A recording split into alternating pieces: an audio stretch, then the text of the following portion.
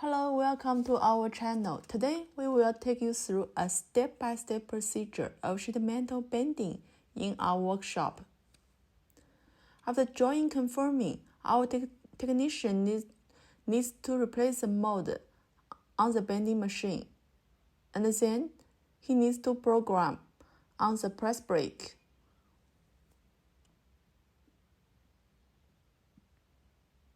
The work starts.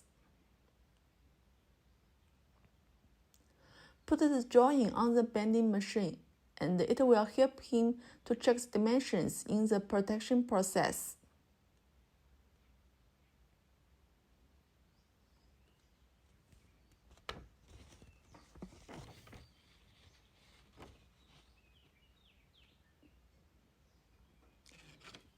During the production, part dimensions are checked repeatedly.